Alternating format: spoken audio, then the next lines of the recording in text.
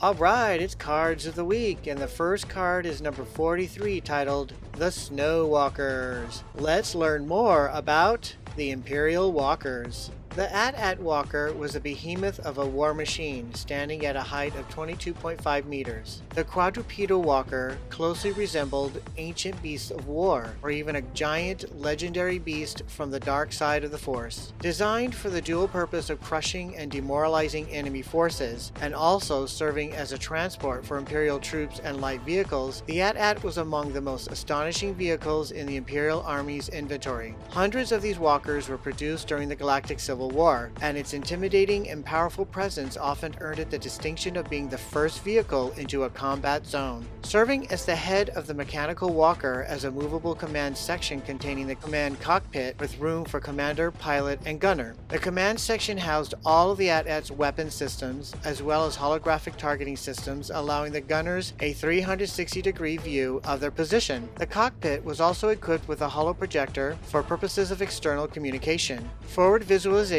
was supplied by a glowing red command viewport. The head could rotate as much as 90 degrees right or left and 30 degrees up or down for an expansive field of fire. Positioned above and below the command section was the walker's sensor array and blaster cannon and energizer, respectively. That's it for now. More information on the next Imperial Walkers card.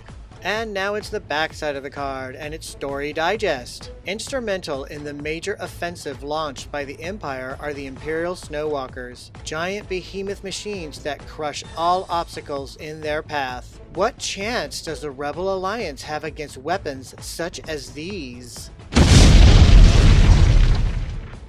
The next card is number 44, titled Luke, Trapped. Let's learn more about the legendary adventures of Luke Skywalker. Luke was seen as a rarity among the Dathomiri, as there was not many male witches. One of the young witches, Tinaniel Jo, was at first attracted to Luke, but she later developed an interest in Isolder and would eventually marry him. Luke decided to aid Tinaniel Jo's clan of witches, the Singing Mountain Clan, against the dark side users of Dathomir, the Night Sisters. In this battle, he was nearly killed by their leader, Geth-Zirion, but healed himself in only a few hours using the Force. He then went on to pilot the Millennium Falcon, operating all of its systems by himself, using the power of the Force to greatly enhance the effectiveness of the ship, and rescued Han from certain death at the hands of Geth-Zirion. Using the Falcon, Luke shot down Geth-Zirion's shuttle, killing her and all aboard, and disabled the orbital night cloak placed in orbit by Singe. The ancient archives recovered from the Kuanthur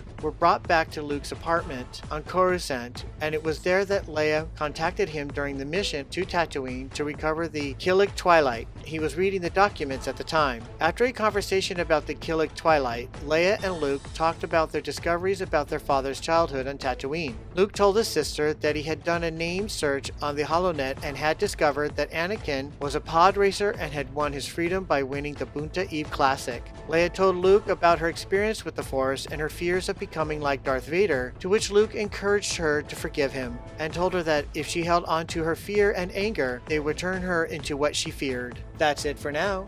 More information on the next Luke Skywalker card.